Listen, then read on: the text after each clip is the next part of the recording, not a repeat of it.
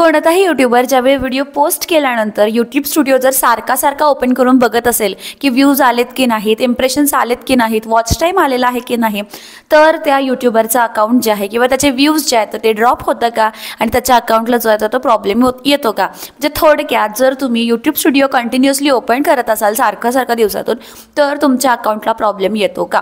तर अशा topics related भरपूर व्हिडिओज जे आहेत ते यूट्यूबवरती अवेलेबल आहेत. सोबतच माझे स्टुडंट्स म्हणजे जे यूट्यूब मास्टर क्लाससाठी एनरोल झालेले असतात तर ते स्टुडंट्ससुद्धा मला सेम क्वेश्चन विचारतात की मॅडम यूट्यूब स्टुडिओ जो आहे तो कंटिन्युअसली ओपन केल्यानंतर आपल्या अकाउंटला प्रॉब्लेम येतो का आणि व्ह्यूज ड्रॉप होतात का. तर आजच्या व्हिडिओमध्ये आपण डिटेलमध्ये बघणार आहोत की यूट्यूब स्टुडिओ आणि जर आपण तो ओपन केला तर काय त्याचे प्रॉब्लेम्स जे असतील तर ते येऊ शकतात. नमस्कार, मी क्षितिजा आणि आजच्या आपल्या नवीन व्हिडिओमध्ये मी तुम्हा सगळ्यांचं मनापासून पुन्हा एकदा खूप स्वागत करते. अजूनपर्यंत जर तुम्ही चॅनलला आपल्या सबस्क्राईब नसेल केलं तर प्लीज चॅनलला सबस्क्राईब करा. सोबत जे बेल आयकॉन दिसते तर ती पण हिट करा म्हणजे आपले नवीन व्हिडिओ आले की त्याचे नोटिफिकेशन जे आहे ना ते लगेचच मिळून जाईल. कारण आपल्या चॅनलवरती आपण अशाच प्रकारचा युजफुल, इन्फॉर्मेटिव्ह आणि मोटिवेशनल कॉन्टेंट जो आहे तर तो नेहमीच पोस्ट करत असतो. Coming back to the point, तर यूट्यूब स्टुडिओ कंटिन्युअसली ओपन केल्यानंतर आपलं अकाउंट जे आहे तर त्याचे व्ह्यूज ड्रॉप होतात का. तर सगळ्यात पहिला, ज्यावेळी आपण एखाद्या ठिकाणी, ठीक आहे, मी एक उदाहरण देते, ज्यावेळी आपण एखाद्या ठिकाणी जॉब करत असतो, ठीक आहे, किंवा व्यवसाय करत असतो, तर त्यावेळी जर आपण आपल्या कामावरती जर फुल फोकस करून जर आपलं काम कसं होतंय, काय होतंय, जर हे डिटेलमध्ये आपण बघत असू तर आपल्याला तिथं कोणता प्रॉब्लेम येणार आहे का, नाही.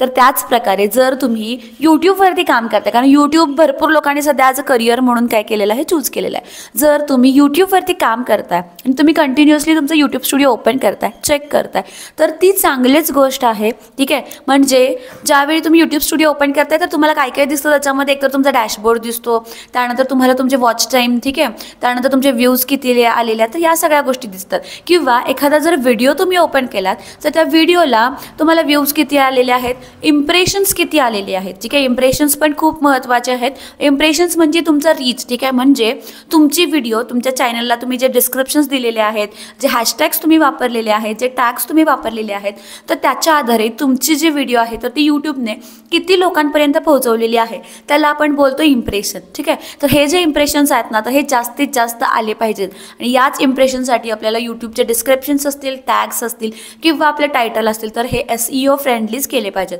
SEO फ्रेंडली म्हणजे काय, सर्च इंजिन ऑप्टिमायझेशन, म्हणजे जे लोक सर्च करतात ना तर त्याच आधारावरती आपण आपले टायटल्स, डिस्क्रिप्शन, टॅग्स जे आहेत तर ते एंटर केले पाहिजेत, सो दॅट यूट्यूब आपली व्हिडिओ जी आहे ती जास्तीत जास्त लोकांपर्यंत पुश करणार आहे, ठीक आहे. त्यामुळे सगळ्यात महत्त्वाचा पार्ट आहे तुमच्या व्हिडिओला इम्प्रेशन्स जास्त आले पाहिजेत. ज्यावेळी तुमच्या व्हिडिओला इम्प्रेशन्स 30,000 40,000 येतात तर त्यावेळी तुमची व्हिडिओ जी आहे तर ती कुठे 5,000 10,000 लोकांपर्यंत ती व्हिडिओ जी आहे तर ती बघतात. याचा अर्थ काय असतो, ज्यावेळी तुमची व्हिडिओ 30,000 40,000 लोकांपर्यंत पोहोचते, त्यांच्या होम फीडला जाते, तर त्यावेळी त्यातले 10,000 किंवा 20,000 लोक जी आहेत तर ती तुमची व्हिडिओ जी आहे तर ती बघण्यासाठी चूज करतात. आता हे का चूज करतात, कारण तुमचं टायटल किंवा तुमचं थंबनेल असेल तर तो त्यांना म्हणजे काहीतरी बेनिफिशियल वाटतो, काहीतरी त्याच्यातून माहिती मिळेल असं वाटतो, तर त्यामुळे तो जो व्हिडिओ असेल तर तो बघतात.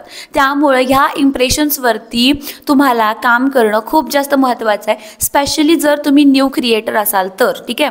कारण तुमची व्हिडिओ जास्तीत जास्त यूट्यूबने पुश केली तरच ते जास्तीत जास्त लोकांच्या होम फीडला जाणार आहे आणि तरच तुम्हाला व्ह्यूज जे आहेत तर ते भेटणार आहेत.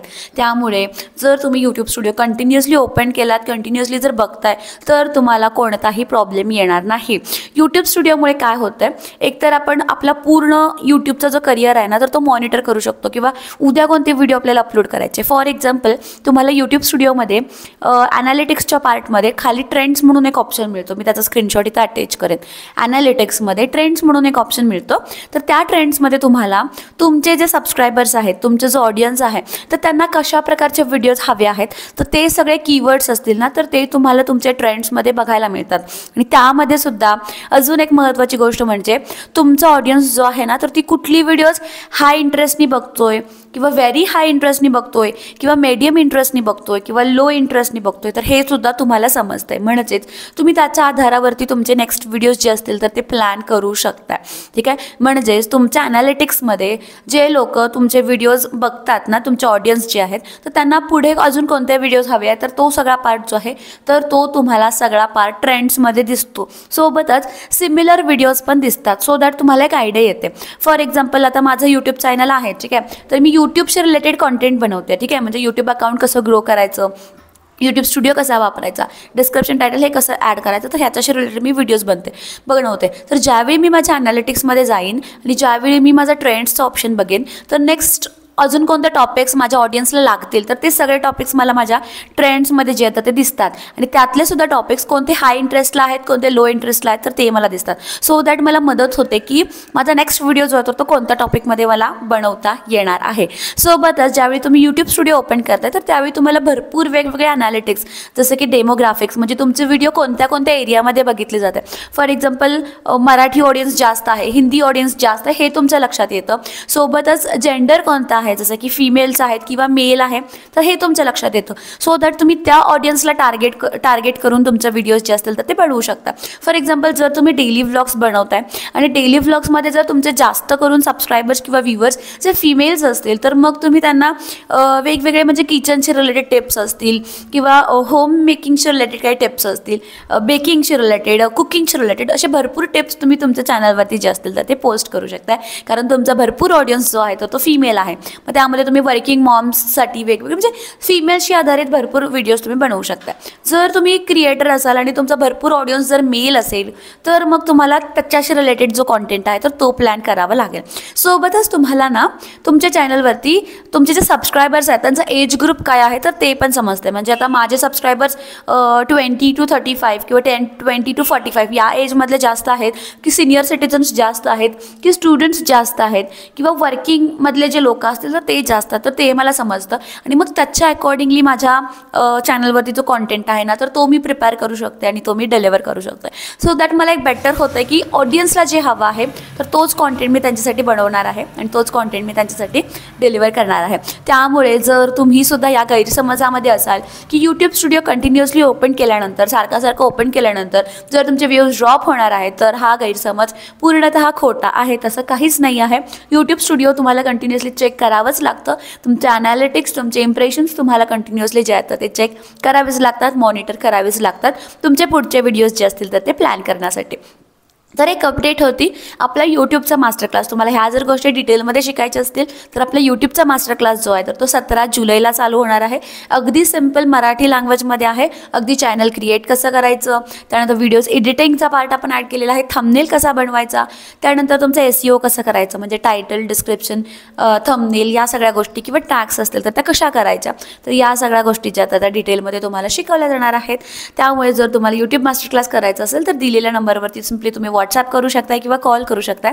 सगळी माहिती जी आहे ती तुम्हाला मिळून जाईल. तर आय होप ही व्हिडिओ तुमच्यासाठी खूप जास्त इन्फॉर्मेटिव्ह होती आणि हा जो गैरसमज होता तर तो तुमचा दूर झाला असेल.